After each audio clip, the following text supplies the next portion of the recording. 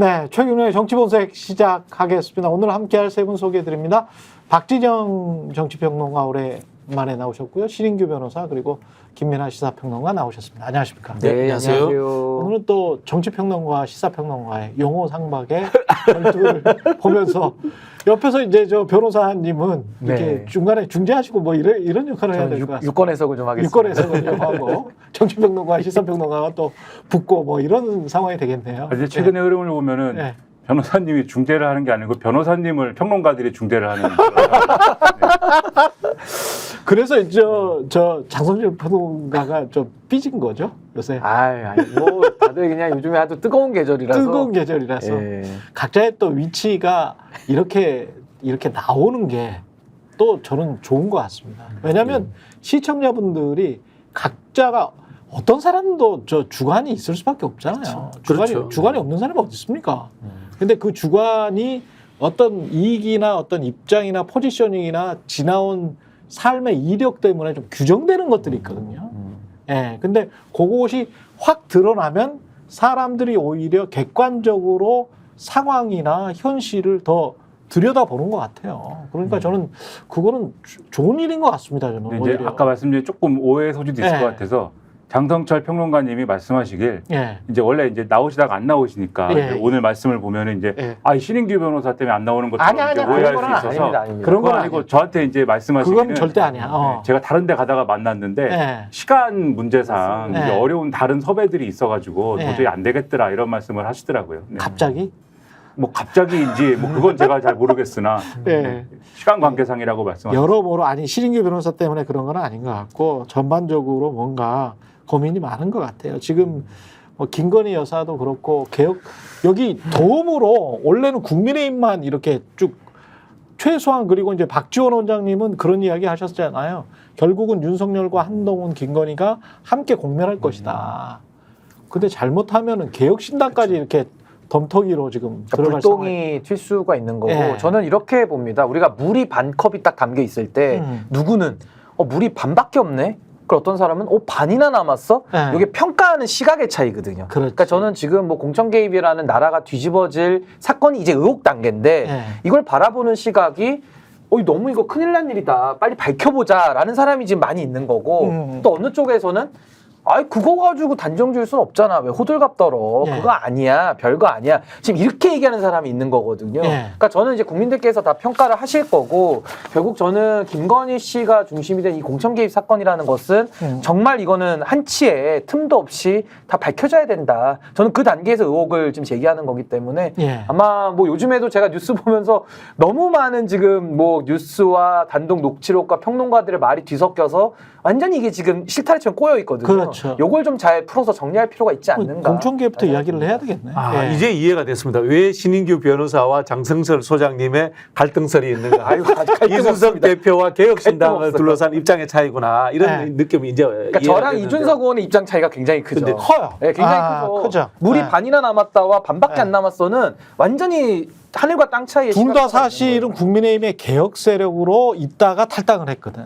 예, 그랬는데 저도 사실 이준석 대표가 이해가 안 돼요. 지금 하는 상황이. 행동 모습이. 오늘까지도 이해가 안 되는 게 많습니다. 예, 왜 본인이 김건희 여사를 방어하는 허들 역할을 하고 있는지. 갑자기 그게 이해가 안 되고 갑자기인가 아니면 곰곰이 아니, 계속 돌이켜 그래왔어요. 생각해봐야 돼. 계속 그 의심이 되는 것이 네. 저 사람 저러다가 국민의힘으로 복당하려는 거 아니야? 뭐 이런 이야기도 있고 또 한간에 떠도는 설이 오세훈 시장이 이준석 대표를 차기 서울시장으로 후계자로 생각한다. 그래서 지금 윤석열 대통령을 설득하고 있다. 이런 하나의 음모론도 뭐 모락모락 올라오고 있거든요. 예. 그러다 보니까 지금 이준석 대표가 복당하기 위해서 김건희 씨를 방어해주고 있다. 이런 오해를 사고 있는 거예요. 아니 근데 충분히 그렇게 생각할 수 있는 게 문재인 대통령이 됐을 때죠. 2017년인가요? 2017년 대선 때 그때 제가 이제 한두 차례 말씀드렸습니다마는 그때 보수와 진보가 탄핵 선거인데도 불구하고 52대 48이었다니까요.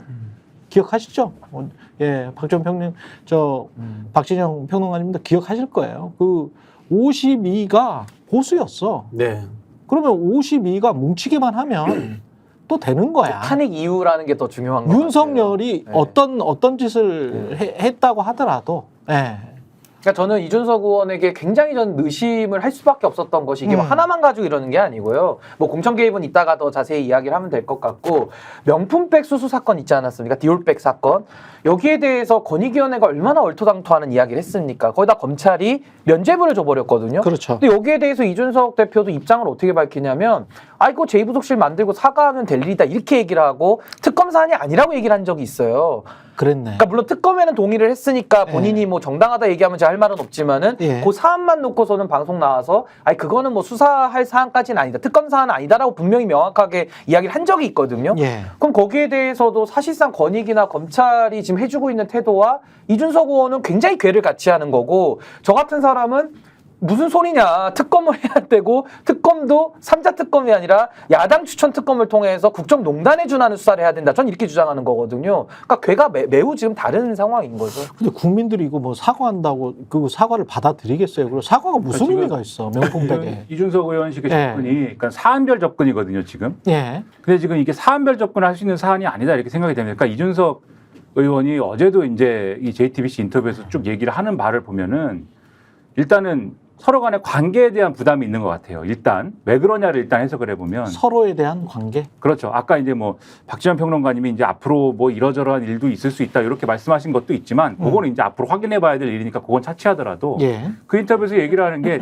자기도 어쨌든 그 김영선 의원 통해서 명태균 씨를 소개를 받았다고 얘기를 하거든요. 그러니까 사실은 모르는 사이도 아니라는 것을 이미 이제 본인 입으로도 실토를 하고 있는 겁니다. 예. 그리고 모르는 사이가 아니다라고 하면은 우리가 그동안 이 자리에서도 많은 추정을 했는데 도움받은 바가 있는 거 아닙니까? 그러면 어떤 수준에서든 간에 예. 도움받은 바가 있는 거잖아요. 예. 그러니까 그런 것들을 그러니까 요 의혹, 공천 개입 의혹을 가지고 명태균 씨를 타겟팅해가지고 쭉 얘기를 파다 보면은 결국은 자유로울 수 없는 거거든요. 그렇죠. 그러니까 이 부분은 좀 의혹을 축소하고자 하는 그러한 어떤 의도가 작동하는 게 아닌가라는 의심이 들고 그다음에 예를 들면 뭐 명품백 의혹은 이렇다. 그러니까 명품백 의혹은 지금 말씀하신 것처럼 법적으로 문제는 안 되지만 정치적으로 사과를 해야 된다. 이렇게 접근하고 있고 양평 고속도로 의혹에 대해서는 국정조사를 해가지고 이거는 의혹을 파봐야 된다. 이렇게 얘기를 하고 있고 그다음에 도이치모터스 같은 경우에는 특검을 해야 된다. 이렇게 접근하고 있거든요. 사안별 접근인데 이런 게 있어요. 보수 유권자층의 지금 심리 상태가 결국은 보수 유권자층의 이제 심리 상태를 고려한 지금 발언이라고 저는 보는데 심리 상태가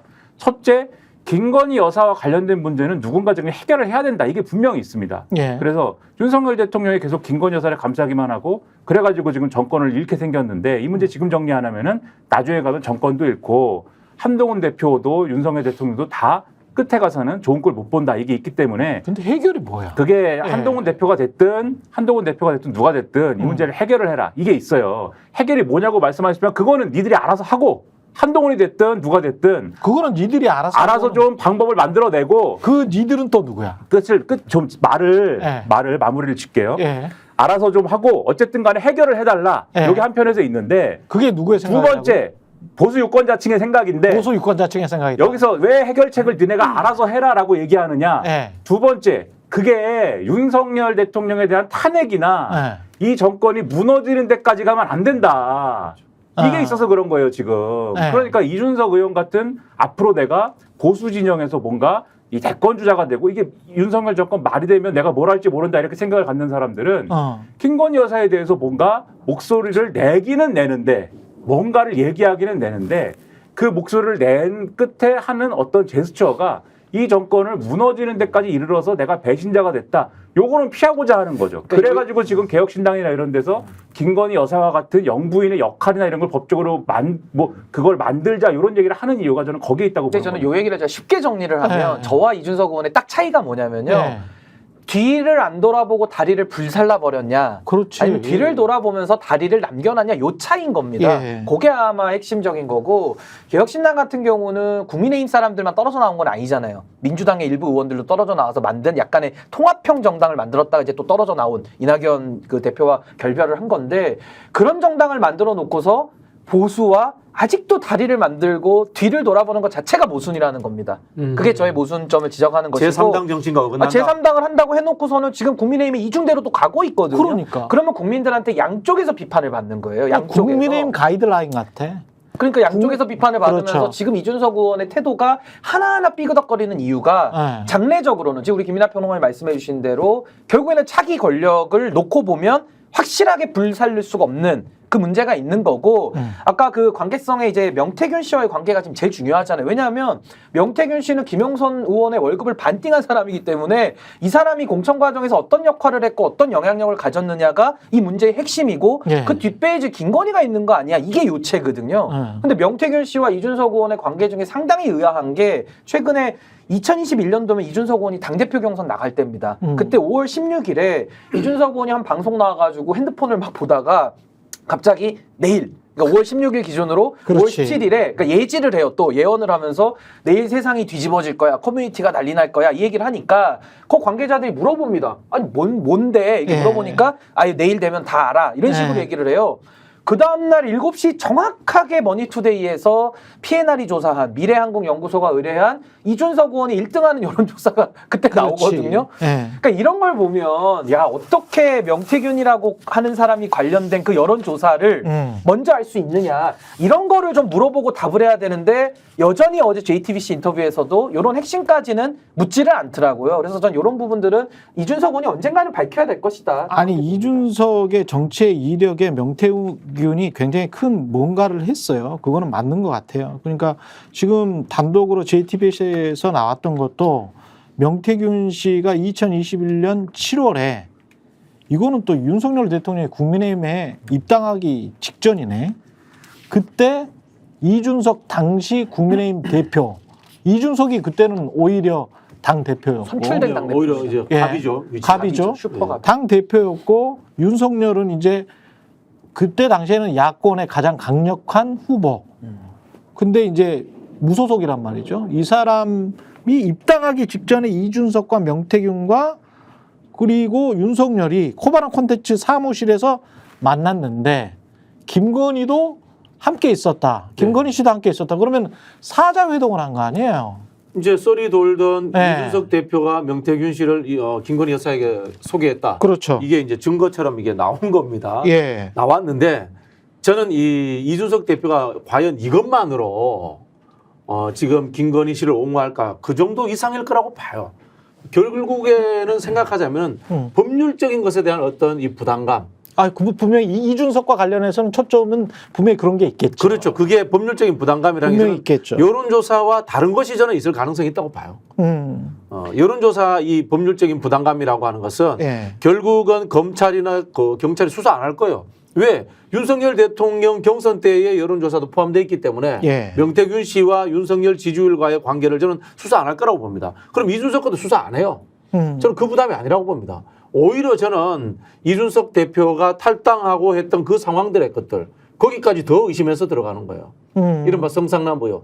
예. 이게 왜 해소됐는가 여기까지도 의심해서 들어가는 거고요. 예. 그리고 또 한편으로 보면 그것도 이게 짠 무대다. 그 의심이 되는 거예요. 자꾸. 예. 이준석 같이 영특한 사람이 이 약속 대령 같은 거를 한 거다. 그럴 가능성이 있다고 봅니다. 이준석 같은 영특한 사람이 이 여론조사 문제를 가지고 명태균 씨를 두려워해서 김건희를 실드 친다. 저는 그렇게 보지 않아요. 본인이 뭔가 다른 것에 약점 잡혀 있다라고 자꾸 추론이 되는 거예요. 그 아까 저 이준석이 그 명태균 측인지 모르겠습니다만은 하여간 미래항공연구소의 조사를 먼저 사전에 하루 전날에. 그때가 언제죠? 시점이 2021년도 5월 16일입니다. 2021년 5월 16일. 근데 이제 문제는 뭐냐면요. 이준석 의원이 밝힌 주장에는 김영선 의원이 소개해줘서 명태균 씨를 알았다라고 하면서 문자를 보내놨는데 예. 거기 보면 날짜가 2021년도 5월 9일로 돼 있어요. 그러니까 5월 9일에 소개를 받고 예. 5월 16일은 그 뒤 아닙니까? 그렇죠. 그럼 뭔가 한 일주일 사이에 친해지고 예. 자료를 주고받으면서 뭔가 관계가 형성이 된 게 아마 5월 16일 정도 아니냐. 왜냐면 그거는 방송이 있기 때문에 빼박 증거예요. 우리가 지금 방송 찍지 않습니까? 그렇지. 여기서 제가 예를 들어 뭐 갤럽 조사가 금요일 날 나오는데 네. 제가 목요일 날 네. 저에 대한 유리한 조사가 나오는데 내일 나오는 거 제가 미리 알고서 여기서 목요일 날 떠들면 네. 이게 다 남잖아요. 그렇죠. 근데 저는 갤럽하고 아무 관련이 없기 때문에 그렇죠. 모르지. 저는 금요일 날 아침 10시인가요? 11시인가? 그때 돼야 알아요. 예. 이게 정상인데 이준석 의원은 어떻게 보면 이건 정례조사도 아니고 그냥 불특정으로 조사하는 걸 그렇죠. 언론사가 받아 쓰는데 예. 이걸 어떻게 알며 본인이 1등이라 하더라도 어떻게 알며가 궁금하고 하루 전날에 알아가지고 방송 나와서 먼저 떠드느냐 아마 자기가 높게 나왔기 때문에 그걸 자랑하고 싶어서 아마 좀 연막친다 그럴까요? 아니 그리고 P&R이나 미래한국 그건 이상한 연구소가 거죠. 유명한 이상한 거죠. 연구소도 아니고 정례 사실 조사한 데도 리얼미터나 한국갤럽이나 이런 쪽에서 뭐 MBS 도 나오는 것도 아니고. 아니잖아요. 그러니까 쉽게 말해 이제 국회의원들이나 총선 때 또는 지역의 구청장들이나 이런 사람들이 작업할 수 있는 연구소나 어떤 여론조사 기관일 수도 있다는 거죠. 조사냐, 그런 기관들이 굉장히 많기 그러니까 때문에 여론 한국에. 조사냐, 여론 조작이냐가 또 의심이 될 수 있는 그렇죠. 그런 부류의 기구에서 한 조사를 네. 이준석 의원이 어쨌든 간에 그 방송상으로는 그 방송이 거짓이 아니라면은 하루 전날에 알고 본인이 내일 뒤집어진다고 얘기를 하니 여기는 제가 물어보고 답을 구해야 되는 겁니다. 왜 하루 전날에 알았냐? 그 머니투데이가 알려줬냐? P&R이 알려줬냐? 미래한국 연구소가 알려줬냐? 아니면 본인이 혹시 직원이냐? 뭘 알려주는 거를 얘기를 해야 된다는 거죠. 수법에 대해서는 뉴스토마토가 그 P&R 대표를 인터뷰해가지고 어느 정도 이제 얘기를 들었지 않았습니까? 네. 미래한국 연구소 자체적으로 조사를 한다는 거잖아요. 조사를 계속 돌려가지고 이게 어느 정도 이게 뭔가 이 시점에 많이 나올 것 같다라고 하는 시점이 되고 그것에 대한 맥락이 조성이 됐을 때 그러면 그걸 P&R에 공식적으로 맡긴다는 거지 않습니까? 그러면은 미래한국 연구소 측에서 계속 돌리다가 예를 들어 명태균 씨하고 이준석 의원 간에 어떤 관계가 있다라면은 계속 돌리다가 자 우리가 돌려봤는데 내일 정도에 P&R에 맡길 거야. 그럼 P&R에 맡기면 이거는 언론에 공표가 되죠. 왜냐하면 미래한국 연구소가 돌린 건 언론에 공표할 수가 없어요. 그거는.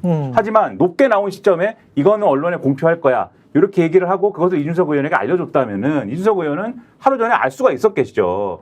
그러니까 합리적으로 그 P&R 대표 인터뷰를 근거로 해가지고 이 상상을 해보면은 그런 거 아닐까라고 생각이 좀 드는 측면들이 있고 그 다음에 어제 JTBC 인터뷰에서 이준석 의원이 그 얘기를 하지 않습니까? 그 JTBC 보도도 마찬가지 결인데 7월 달에 이 윤석열 대통령, 윤석열 검찰총장인 거죠. 그전에는 입당하기 전에 이제 윤석열 검찰총장 측으로부터 연락이 올 때도 연락이 자기한테 왔을 때도 명태균 씨 통해서 왔다는 거잖아요.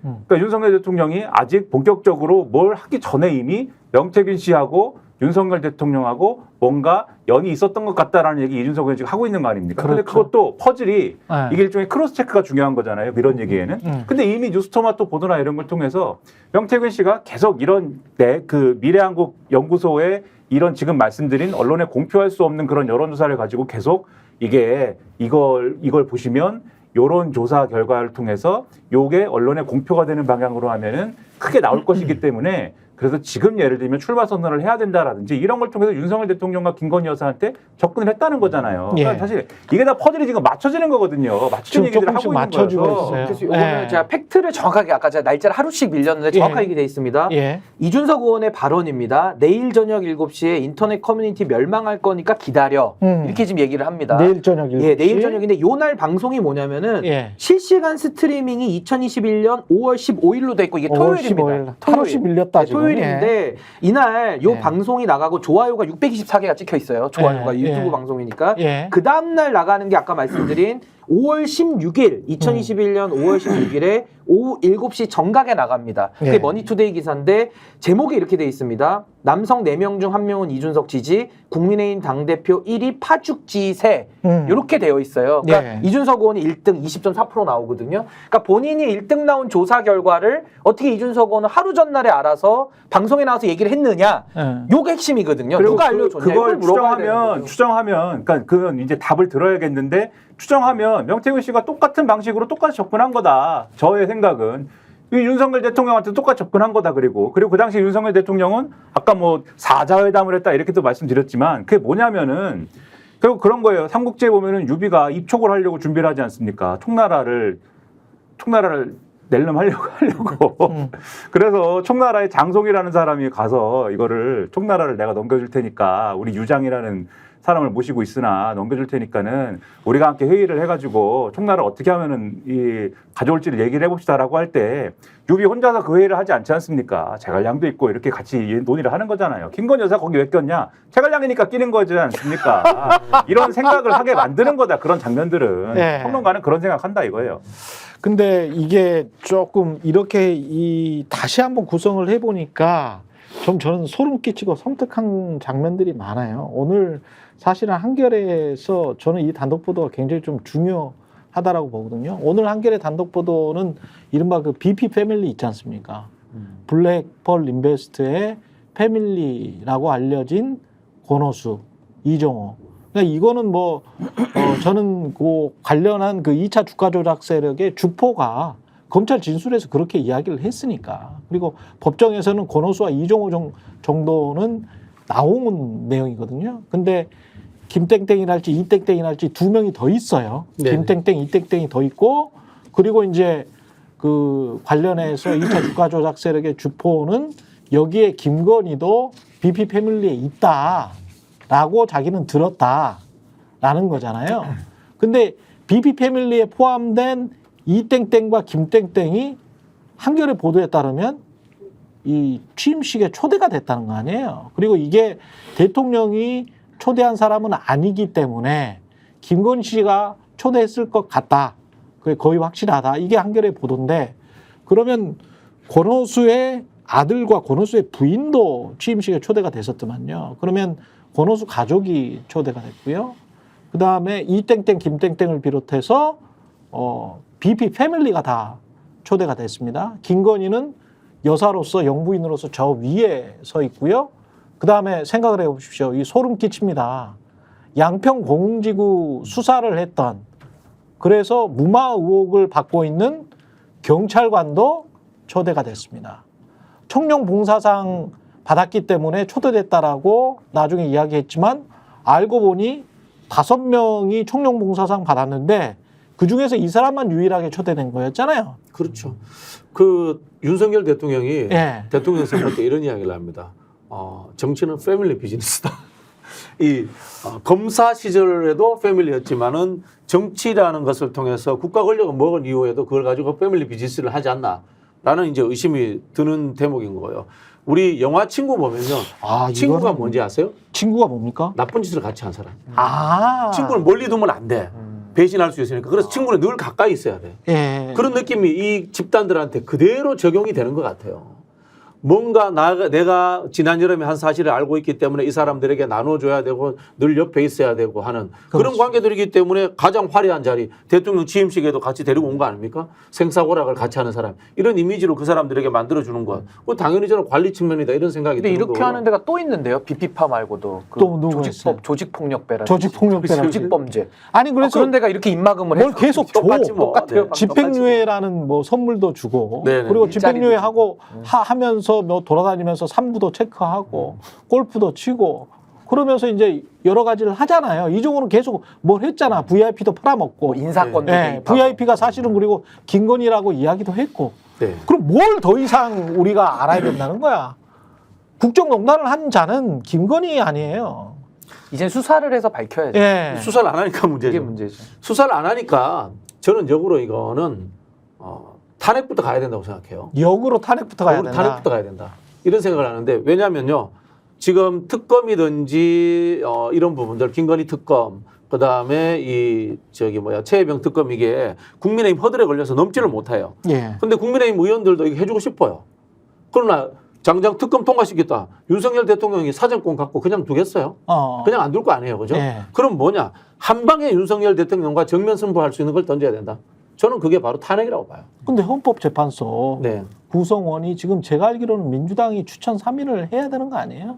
아니 뭐 그까지는 제가 뭐 정확하게 네. 판단을 못 하겠는데 이거 바뀌어야 일단은 될 걸, 국면 임기가 끝났을 자체를 걸. 예. 국면 자체를 이 헌법상의 이 탄핵의 발의는 100명이에요. 예. 통과는 200명이에요, 국회의원. 100명은 넘으니까 탄핵 발의는 된단 말이에요. 예. 국면 자체를 탄핵 국면으로 끌고 가야지만이 수많은 곳곳에서 김건희, 윤석열 비리 의혹 발표대회가 열릴 것이다. 그래서 종합적으로 탄핵 때 탄핵 재판에서 우리가 그렇죠. 탄핵 심판에서 뭘 해보자. 탄핵 심판에서 큰 판을 벌려야 되지. 특검 이렇게 하면은 그 구성원들이 무서워서 그 자리에 못 나와요. 탄핵 심판을 하면 탄핵 심판의 그 검사가 되는 쪽은 법사위원장 쪽, 정청래 네. 위원장. 정청래 위원장 쪽이 되는 겁니까? 그래서 제가 말씀드린 네. 게 우리 이제 그 앵커님도 그렇고 전부 다 법사위 문제에서 소출을 누가 하느냐 이 문제로 가는데 그렇죠. 결국은 저는 이게 아니라고 봐요. 그게 아니고 제보자들이 수없이 많이 튀어나오게 하는 상황을 만들어내는 거 이게 핵심이라고 보는 거예요. 박근혜 대통령 탄핵되는 와중도 보면은 예. 우리는 뭐 박영수 특검이 탄핵시킨 건데 그렇지 않아요.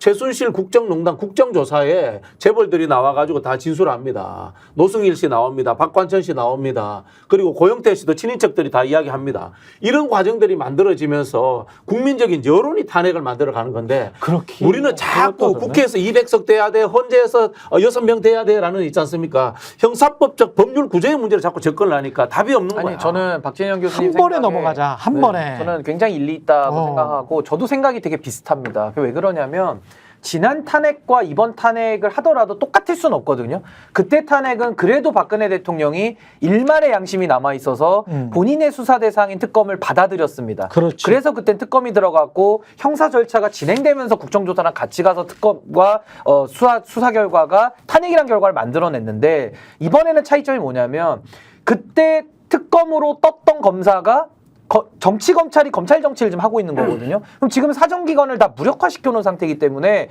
검찰이 수사 결과 나오면 탄핵하겠다? 영원히 못 하는 겁니다. 영원히 못 하는 거예요. 그래서 저는 그때 박근혜 탄핵 때는 검찰이 주인공이 돼가지고 정치적인 탄핵을 시켰다고 한다면 이번에는 검찰이 아니라 어떤 수사기관이 아니라 국민의 여론을 가지고 약간의 완성형 탄핵을 한번 가야 된다. 그래서 정치 검찰이 더 이상 발붙이지 못하도록 예. 해놓으면서 뭐 검찰 수사 있을 수는 있죠. 그걸 저는 보조적으로 써야지 검찰에 의존해가지고 탄핵을 하겠다? 이건 박근혜 대통령 시절의 공식이지 지금 이 검찰 정치가 만연화된 상황 속에서 과거의 공식을 갖다 쓴다라는 것은 전 조금 착오가 있을 수 있다. 근데 탄핵 심판할 때 그 얼마나 걸리죠? 보통 60일, 90일. 6개월 정도 안에는 6개월? 나옵니다. 6개월? 근데 그 6개월 그 과정 동안에 뭐가 계속 나와야 될 텐데 물론 이제 보고 있는 거예요. 물론 이제 지금 저 군부는 완전히 많이 떼졌어. 자, 예를 들어 볼게요.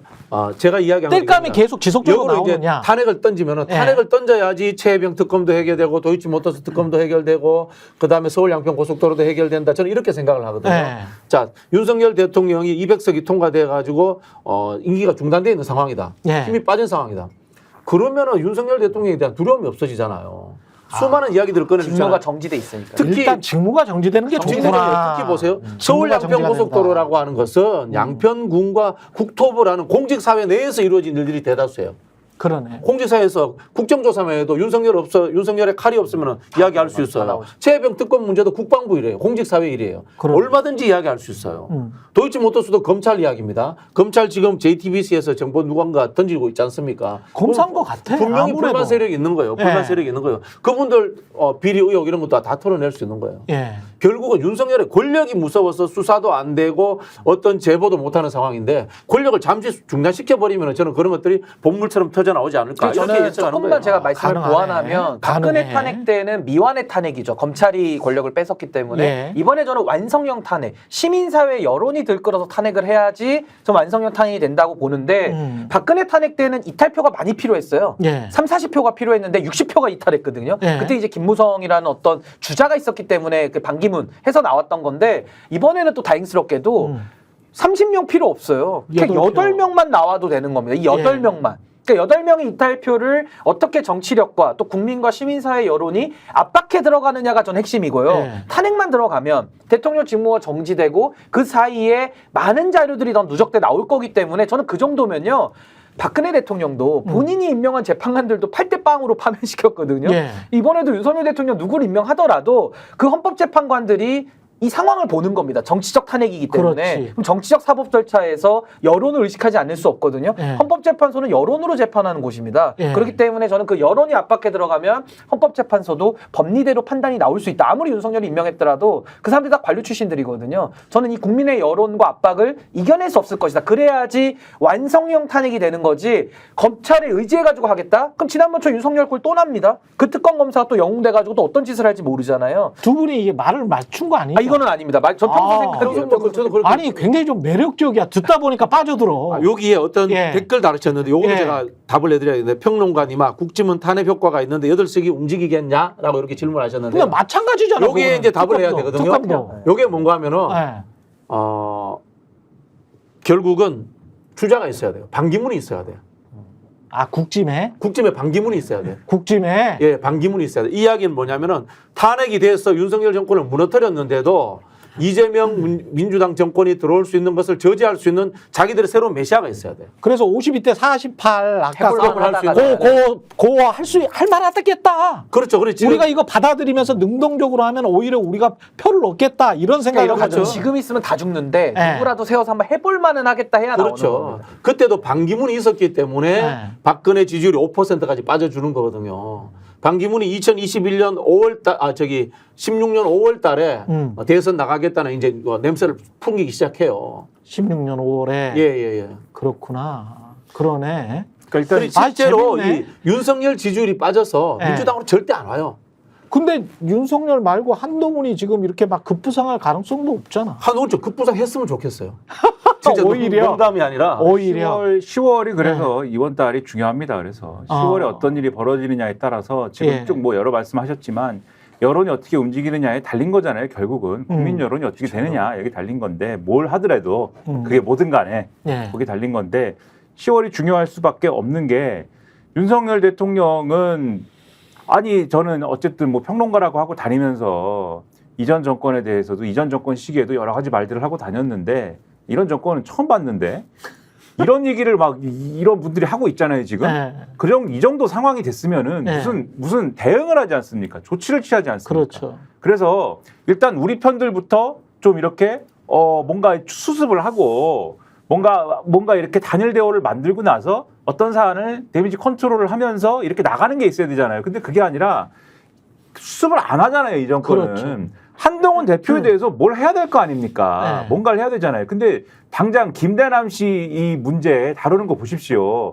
이것도 지금 한동훈 대표가 치고 나가는 것도 저는 뭐 이런 방식으로 치고 나가는 거에 대해서는 조금 뭐 의문을 가질 수도 있다고 보지만 어쨌든 윤리 간에 감찰한다. 그렇죠. 어쨌든 간에 그러니까 바로 탈당했습니다. 어쨌든 간에 네. 이렇게 가니까 지금 용산과 친윤들 분위기는 지금까지 우리가 좀 그래도 약간 톤 다운 했더니 뭐 아주 끝까지 가보자는 거야 이러면서 오늘부터는 막 또 들고 일어나는 분위기거든요. 이렇게 가면 수습이 되겠습니까? 안 되는 거예요. 그러면은 김대남 씨 건을 가지고 예를 들면은 계속 이렇게 서로 싸우잖아요. 그러면은 당연히 최경영 기자님 다 아시겠지만은 미주알 고주알 할 말 다 못할 말 다 나옵니다. 여기서 그러면. 예. 그러면 10월 달에 다 쏟아 나오겠죠, 이제. 그렇죠. 그다음에 뭐 합니까? 이제 국회에서 그 국정감사 하지 않습니까? 국정감사에 지난번에 뉴스토마토가 보도했듯이 명태균 씨 관련해서 누가 또 증인으로 나와요, 또. 예. 물론 거기서 뭘 틀지 말지는 아직 모르겠지만 누가 나오면 또 여기서 얘기하는 게 있기 때문에 여기서 또 막 쏟아져 나오는 게 있겠죠. 예. 그다음에 도이치모터스 주가 조작 사건 이거 있지 않습니까? 검찰이 불기소를 합니다. 이제 이거 불기소 처분합니다. 오늘 보도 나온 거 보면은 도이치를? 그렇죠. 아니 그 이르면 디올백. 도이치모터스 주가 조작 사건을 어디서 그런 불기소를 할 것이다. 어디 보도가 나왔어요? 1. 예. 조선일보에 의하면 예. 이르면 다음 주에 할 것이다. 다음 2. 주에? 2. 동아일보에 의하면 이번 달 안에 할 것이다. 국감 3. 다른 또 여타 언론 보도에 의하면 국감 전에 할 것이 유력하다. 언론이 이렇게 보도를 하고 있어요. 근데 이거 불기소하면 미쳤구만. 이거 불기소하면 가만히 있겠습니까? 난리 나죠 그러면. 미쳤구만. 그래서 이런 것들이 다 쏟아져 나오면 예. 제가 볼 때는 10월에 아주 들끓게 되고 이게 들끓게 되는 여론이 들끓게 되는 거에 더해서 국민의힘 사람들이 그렇지 않아도 한동훈 대표가 이렇게 무시당하고 이렇게 짓밟히고 있는 상황이어서 친한계 인사들이 계속 스피커들이 키워지고 있는 상황이잖아요. 예. 그러면은 더 할 말이 많아지고 이게 우발적인 어떤 그러한 이탈이나 이런 것들이 더 가중되는 거거든요. 그러한 상황에서 10월 지나고 나서 예를 들면은 이 민주당을 중심으로 해갖고 야권이 특검이나 이런 것들을 또 발의하거나 이런 상황이 되면 예. 그럼 어떻게 되겠습니까? 그래서 10월 요 한 달이 굉장히 중요한 달이 됐다 이렇게 보는 겁니다.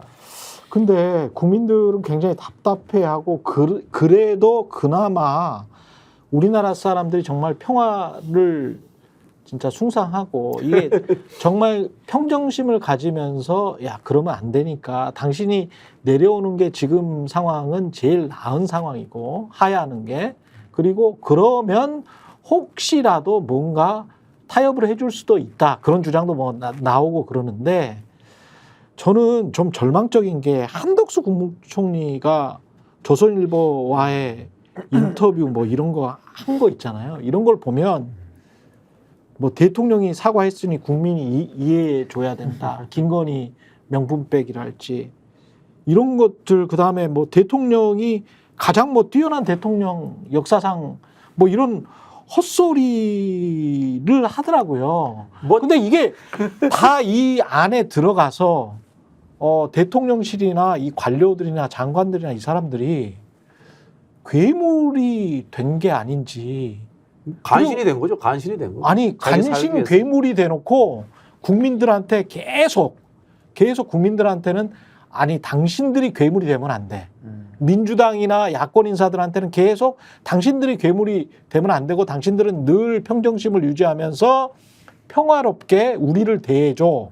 그래야 주권자로서의 존엄성이 있지. 뭐 이런 식의 말을 하거든요. 그러니까 우리 저 댓글에는 또 분명히 그렇게 나올 거예요. 선비질이라고.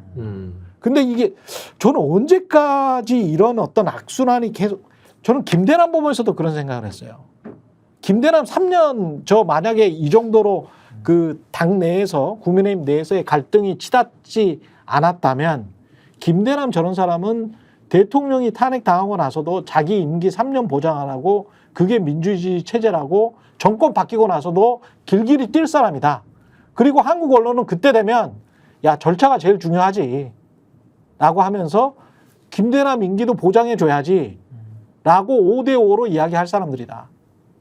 이게 뭔가 끊어지지 않으면 이게 정말 이 나라가 뭐가 진짜 중요한 건지 그 가치에 관해서, 아니 민주주의나 자유주의나 그다음에 그 국가가 취해야 할 최소한의 어떤, 대통령이 취해야 할 최소한의 어떤 국익이나 뭐 이런 것들을 다 망가뜨리고 있는데, 야, 평화롭게 탄핵은 너무 극단적인 거 아니니? 그 뭐 한국 사회는 예. 정치가 붕괴된 지 저는 오래됐다고 봐요. 예. 저도 뭐 정치 평론가 이전에 뭐 정치학 전공자로서 노무현 이회창 시대가 우리 한국 정치가 최고점을 찍은 것 같고, 그 이후로는 퇴족이에요. 퇴족이라는 게 이 정치 엘리트 충원이 안 되고 있습니다. 실제로 이제 보수 정당이라고 하는 사람들은 이제 경제 관료들이라든가 이런 사람들에서 이제 충원이 됐단 말이에요. 그리고 이제 민주당 같은 경우는 운동권들, 총학생 회장들, 그리고 이제 호남 엘리트 고위 관료들, 이런 사람들이 중심이 되어서 정당을 끌고 왔어요. 관료들과 총학생 회장들의 장점이 뭔가 하면은 회의를 많이 해본 사람들이에요. 회의와 토론 정리를 많이 해본 사람. 그러네. 근데 어느 순간에 이 네. 엘리트 중원 구조가 정당 내에서 만들어내지를 못하고 전문가라는 사람들을 영입을 해와요. 아. 근데 이 전문가들은 사람들이 뭔가 하면요, 혼자 고민하고 혼자 사색하는 사람들이야. 아. 제가 농담 비슷하게 이런 이야기를 합니다. 우리 교수님들이 인품이 훌륭할까요? 자동차 외파는 인품이 훌륭할까요? 본질적 인품은 교수님들이 인품이 훌륭할 수 있습니다. 그러나 대중들을 대하고 대중들과 호흡하는 관계에서는 차를 팔기 위해서 늘 대중들과 부드럽게 이야기를 나눴던 자동차 외판원들이 훨씬 더 부드러울 수 있는 겁니다. 그렇습니다. 결국 조직 속에서 회의하고 토론하고 훈련된 사람들이 정치를 해야 되는데 어느 순간에 그런 사람들이 없어져요. 그러면서 이 스토리텔링 된 이벤트 하듯이 정치가 만들어집니다. 그러면서 이제 이 정치의 태조가 이루어지는데요. 그렇게 되니까 어떻게 되냐면요, 이 전문가들이 이익을 위해서 극대화하는 정치 이익 활용 방식, 여기에 대해서 집착합니다. 김대남 똑같은 그런 거예요. 맞아요. 똑같은 거예요. 네. 어떻게 보면 한덕수도 똑같은 거예요. 그 세태에 업혀가는 거예요. 한덕수 씨도.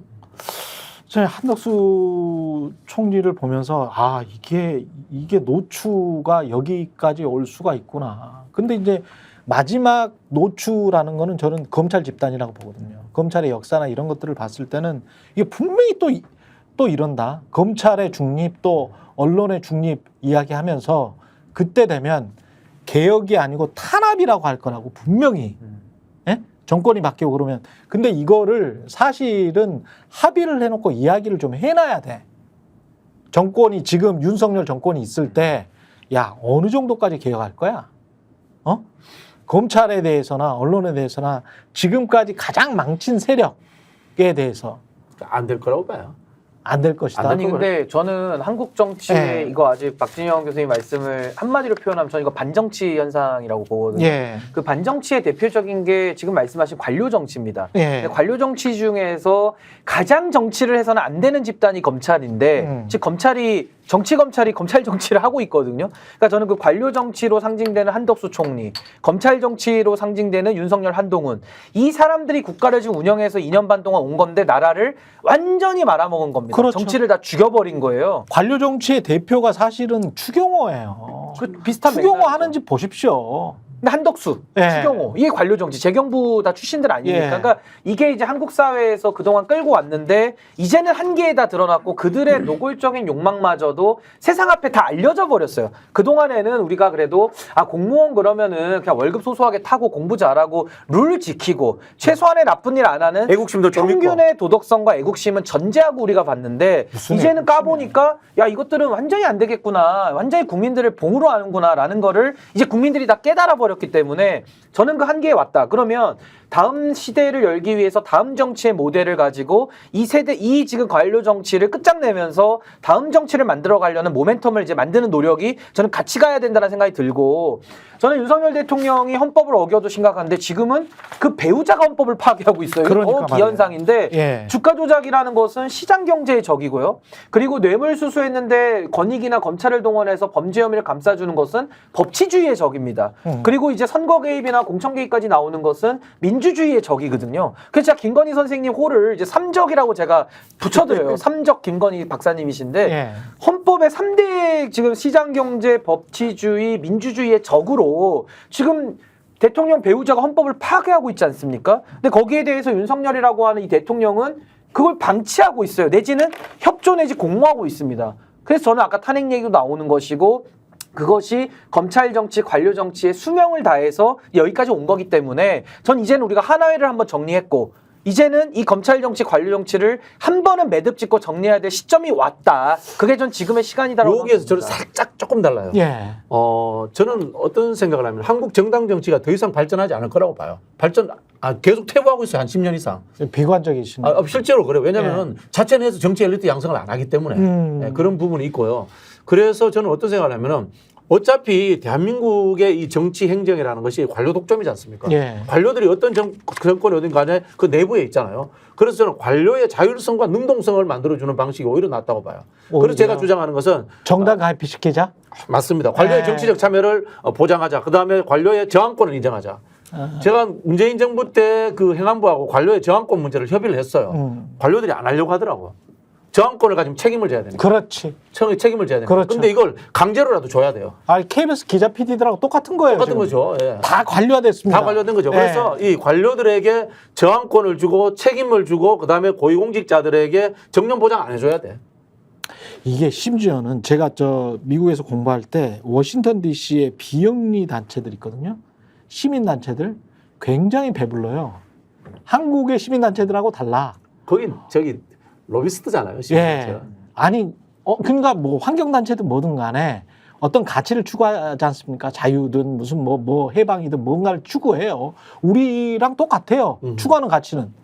그런데 엄청나게 배가 부르고 그 자리가 보장이 돼 있으니까 이 사람들도 관료화가 되더라고. 관료화가 되더라고. 그러니까 보장이 돼 있으면 그리고 그게 그 고인물이 돼버리잖아요. 그러면은 관료화가 되더라고요. 어떤 단체든 어떤 조직이든. 맞습니다. 지금 예. 우리 교육감 선거에 예. 보수 후보들이나 중도 후보들이 교권, 선생님들의 인권을 보호하자 이런 예. 이야기 하잖아. 제일 쉬운 거 정교조 합법화한테 해주면 되는 거예요. 정교조 합법화하게 해주면 되는 거고 예. 교사들의 정치 참여 보장해줘 버리면은 노동상권 보장해줘 버리면은 그게 교사들의 권리를 제일 신장시키는 거예요. 그렇지. 공무원들도 마찬가지예요. 예. 공무원들에게 영혼을 다시 돌려줘야 돼요. 오히려 오늘 이야기가 훨씬 더 중요한 이야기를 저는 하고 있는 것 같은데 예, 현안이랑 약간 좀 벗어났습니다. 잠시 광고 보고 뒷이야기 계속 이어가겠습니다. 아니 왜 아직도 3년간 같은 통신사 인터넷 계속 쓰고 계세요? 인터넷 가입 시 48만원 교신 경종 시 추가 혜택이 주어집니다. 인터넷 비교원 통해 인터넷 가입하고 지인에게 홍보해주세요. 지금 네이버에 인터넷 비교원 검색 후 3초만에 감동행복 비교해보세요. 인터넷 비교원 네, 인터넷 가입 혜택 비교하느라 시간 낭비하고 계시는 분들에게 3년마다 가입만 해도 현금 사은품을 주는 인터넷 비교원 소개합니다. 인터넷과 휴대폰 그리고 가전제품 렌탈을 비교원을 통해 가입할 때 최대 48만 원, 알뜰폰 또는 휴대폰을 통신사만 변경해도 최대 30만 원, 정수기 렌탈 최대 30만 원, 총 최대 108만 원까지 현금 혜택 갈 수 있습니다. 현금 사은품을 원하지 않는다. 예, 삼성 55인치 TV로 선택이 가능하고요. 인터넷 신규 가입 후 소개한 친구 가입할 때마다 신세계 상품권 4만 원 무제한으로 드리는 이벤트 진행 중입니다. 그리고 가입할 때 스픽스 유튜브 보고 왔다라고 하면 고함량 비타민 B가 들어있는 웰세이브 비타민 B 제품도 따로 드립니다. 지금 바로 1670-2571 또는 네이버 검색해서 인터넷 비교원을 검색한 후 문의해 주시기 바랍니다. 그렇게 관료화된 영악한, 그러니까 참 그 댓글이 정확하게 보시는 분들이 많아요. 제 TV에 영악한 양들이라는 표현이 있더라고. 영악한 양들. 그러니까 저 위에 목자님이 계세요. 목자가 이렇게 양을 칩니다. 근데 양이 원래 온순하다라고 알려져 있지만 온순하지 않아요. 염소도 성질 더러워요. 예, 굉장히 고집이 셉니다. 근데 목자가 쭉 따라가라면 따라갑니다. 목자와 걔가 이끌어요. 근데 그 사람들이 그게 편하게 된 거야. 편하게 돼가지고 여기서 나를 잡아먹지만 않으면 양털만 조금 제공을 하면 내가 여기서 따뜻하게 있을 수가 있네. 예? 그 자유의 세계로 가지를 않아. 그러면서 그 울타리 내에서만 살아. 가두리 같이 되는. 가두리 같이 됩니다. 가두리 되는 그리고 영악하게 되는 거죠. 그러면서 우리는 뭐냐 그러면은 그냥 시장에 나와 있는 사람들은 뭐냐, 양들한테 풀을 뜯겨 먹는 풀입니다. 풀이야. 그래 목초지 싹 쓸어놓고 가면 다음 목초지로 이동해서 다음 풀 뜯어 먹어. 그러면 일반 세금 내는 사람들은 일종의 이제 풀 같은 존재가 돼버린 거야. 시장에서 치열하게 경쟁하고, 이게 뭐 혁신하고, 그 다음에 노동하고, 뭐 이런 사람들은 공무원들 월급 갖다 주는 풀이야. 예. 그리고 이 사람들은 영악한 양이 돼가지고, 나는 뭐 여기 있으면 뭐 이게 제일 따뜻한데. 그래서 우리나라 구조가 공무원, 대기업, 그래서 10%에서 15% 정도의 중산층이, 아니 본인들은 사실은 상위층인데 본인들 중산층이라고 자꾸 이야기를 해. 언론에다가도. 그래서 10% 15%가 야, 이 세금은 안 돼. 왜냐하면 결국엔 너희들이 망하게 되는 거거든. 근데 제일 먼저 망하는 사람들은 본인들이에요. 네. 제일 먼저 손해를 보는 사람들은 본인들이니까 그 손해를, 야, 너희들도 손해 볼 거야. 나중에 장기적으로. 그리고 우리가 이익을 보면 너희들도 이익을 볼 거야. 나중에 장기적으로. 그거를 계속 언론을 통해서 주입을 시켜. 그러면 나머지 한 35%에서 40%가 저 말이 맞는 것 같아 라고 하면서 찍어. 지역적 편견 플러스 역사적인 편견 플러스 일제시대부터 내려온 교육 플러스 그 다음에 새로 70년대 이후에 박정희 이후에 계속 주입시켜온 이런 이상한 이념. 지나고 나서 보니까 야, 이거 잘만 배분해도 말이야. 너도 잘 먹고 나도 잘 먹고 서로가 잘 먹고 소비가 촉진되겠는데 어떻게 이재용이가 하루에 저 햄버거를 500개, 1000개씩 먹을 수가 있겠어. 500개, 1000개 사 먹어야 될 10,000원짜리 햄버거, 맛있는 햄버거 사 먹어야 될 사람들이 있어야 될 거 아니야.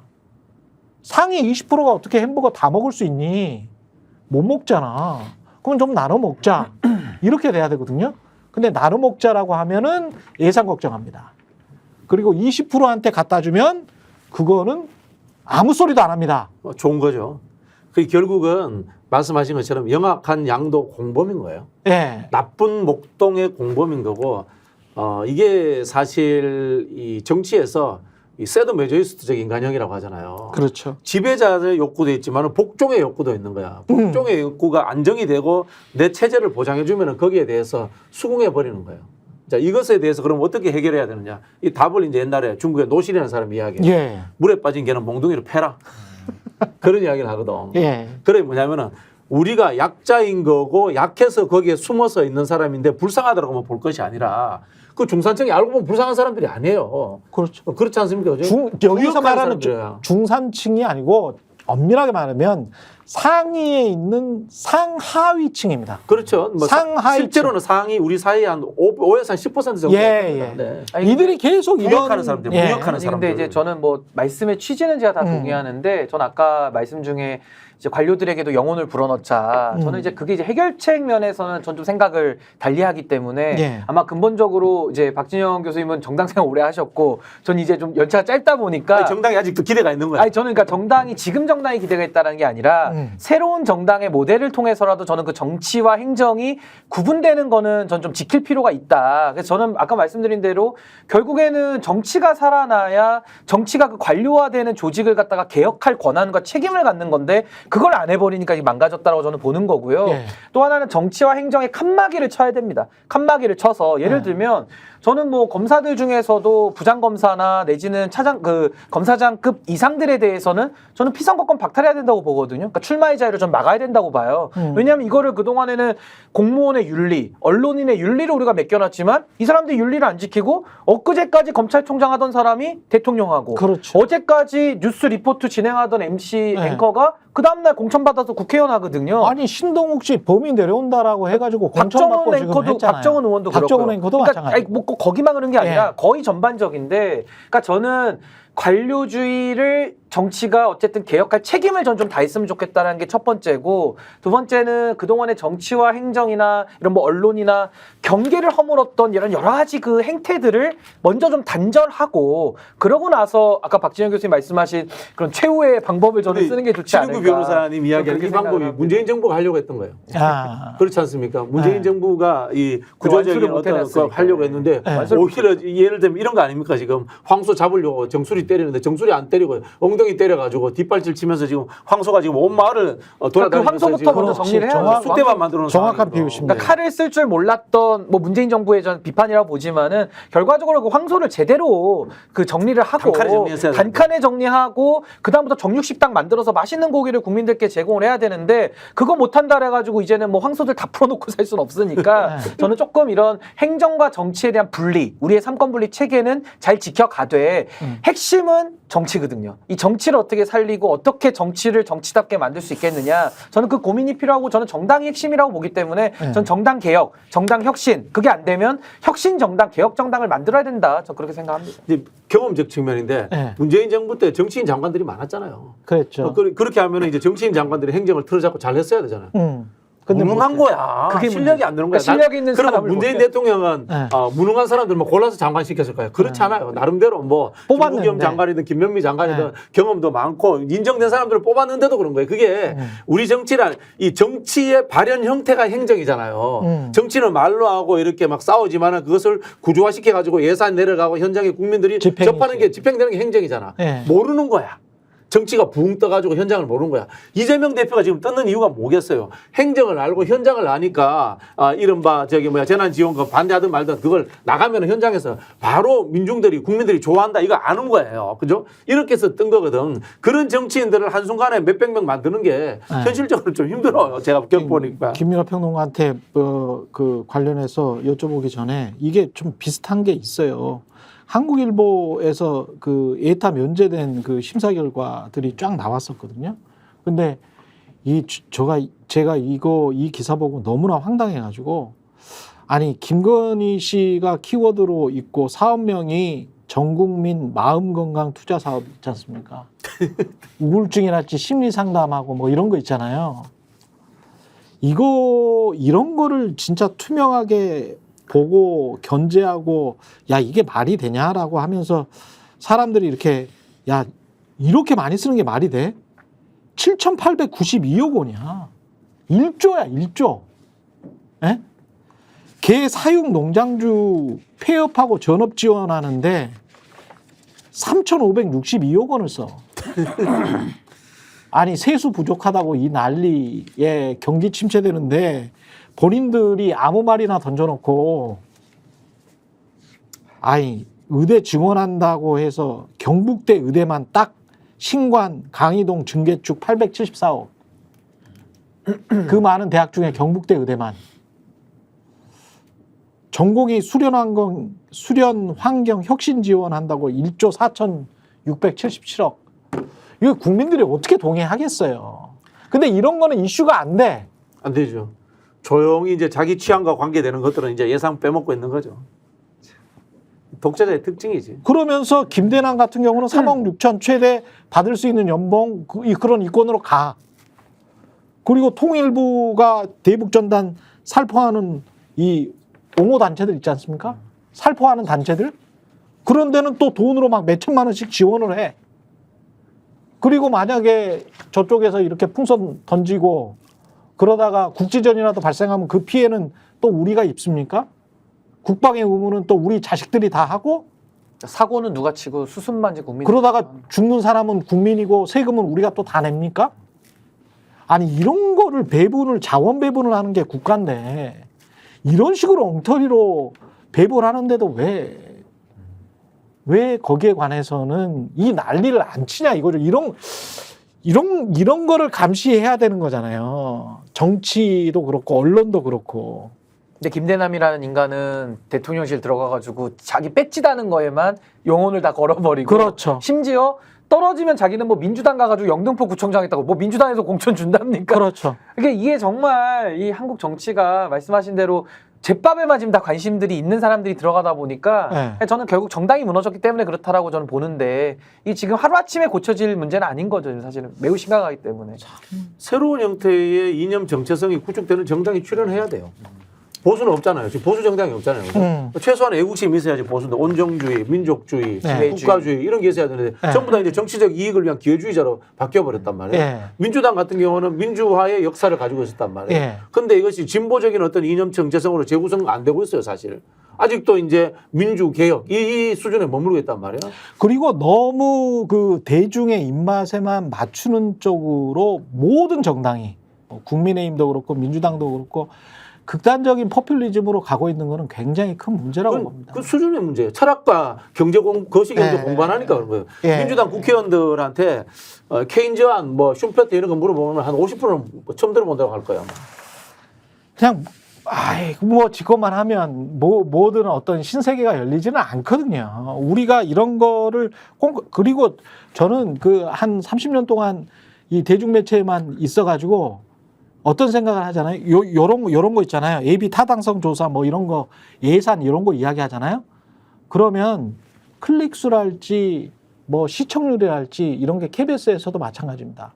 무조건 떨어져요. 관심을 안 가져 대중이. 맞아요. 본인들 세금인데 요런 거 나오잖아요. 그럼 무조건 떨어져. 관심 안 가져. 그리고 어떤 무슨 뭐 싸우는 거. 네, 수돗물 먹고 이러면. 그다음에 어떤 정치인을 비난하는 것 또는 어떤 정치인을 칭찬하는 것 이런 거에 우르르 몰려다녀.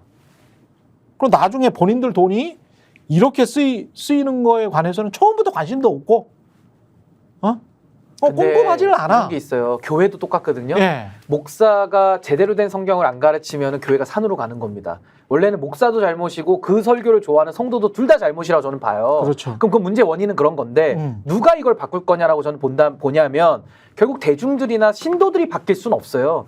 가르치는 사람이 바뀌는 게 제일 빠른 거고 그게 정답이라고 저는 봐서 그렇지. 신학대학교를 개혁을 해야 되는 게 맞아요. 그렇죠. 그러니까 지금도 네. 정치인들과 대중이 지금 어떻게 보면은 네. 이상한 방향으로 함께 가고 있고 서로 시너지를 내면서 포퓰리즘으로 가는 건데 나라가 네. 망하죠. 네. 이대로 갈 수는 없잖아요. 그럼 결국에는 정치인들이 바뀌는 게 저는 먼저고 핵심이다. 그러면 정치인을 배출하는 정당 여기가 먼저 바뀌는 게 가장 정치개혁의 최우선순위지 이거 안 해놓고 어떤 제도 하겠다 뭐 스위스에 무슨 제도 있다 저는 그런 얘기 들을 때마다 굉장히 공허해요.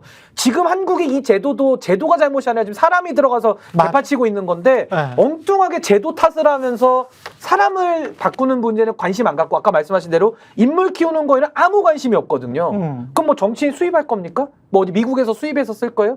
그러니까 이게 저는 교회로 비유하자면 결국 목사들이 바뀌는 수밖에 없다. 성경 중심으로 가르치는 수밖에 갈 수 없다. 그러니까 이것도 이런 중요한 문제들을 공론화하고 이런 문제들에 대해서 국민들의 환기와 관심을 이끌어낼 수 있는 정말 어렵지만 좋은 정치를 하는 정치인들이 조금이라도 더 나와줘야 된다. 예. 전 그렇게 봅니다. 시험 쳐야 돼 최소한 진짜. 그런 측면에서는 또 이준석 의원과 비슷한 의견이 이준석 의원은 기능적 시험을 기능적 이야기하잖아요. 시험. 저는 철학적 철학적 시험을 쳐야 된다. 예. 검증은 해야죠. 검증. 마지막으로 김민하 평론가. 예. 오늘 약간 좀 침묵을 하셨는데.